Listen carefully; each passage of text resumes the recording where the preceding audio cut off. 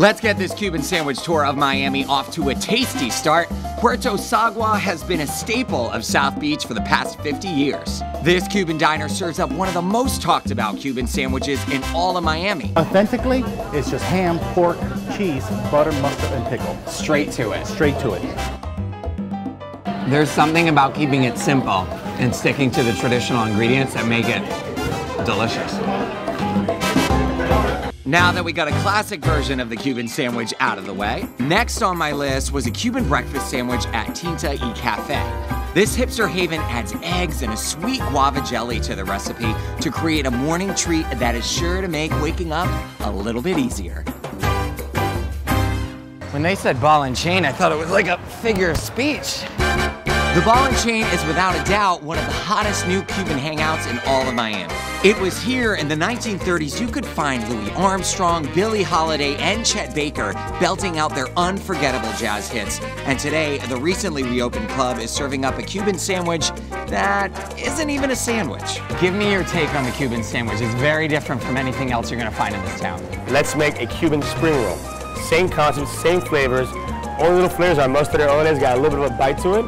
So when it's cut in half, the cheese is melting out of the spring roll, and you dip it into this very unique mustard-based sauce. It just changes your perspective of what a Cuban sandwich is and what it could be better as well. Miami is a melting pot for many different cultures, and that is exactly what you'll find with Bread and Butter's Cuban Reuben. We made this beautiful Pullman bread studded with caraway seeds, kind of like a rye bread. Toasted really nice, homemade pastrami, and truffle Thousand Islands, Emmental cheese. It's a great sandwich. If there's one thing the Cuban and Jewish community knows how to make, it's sandwiches. And when you put them together, it's unreal. I decided to save the largest Cuban sandwich for last. Coming in at a whopping 16 inches long, Cerrusi's is serving up something big.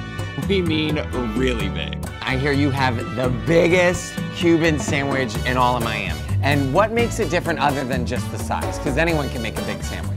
Well, the bread, you know, it's not like Cuban, it's not French bread. It's a different kind of dough. Tell me a little bit about the secret sauce.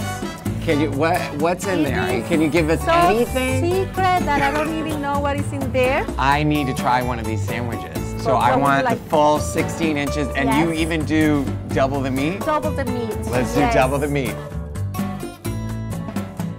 Now, like Tatiana told us, it's all about the secret sauce, and it's savory, delicious. You can almost taste some pickle in there. Wonderful. I've been all over Miami learning from the very best on how to cook the perfect Cuban sandwich. So I thought, let's finish this trip by having some friends over, heating up the grill, and trying to cook my very own.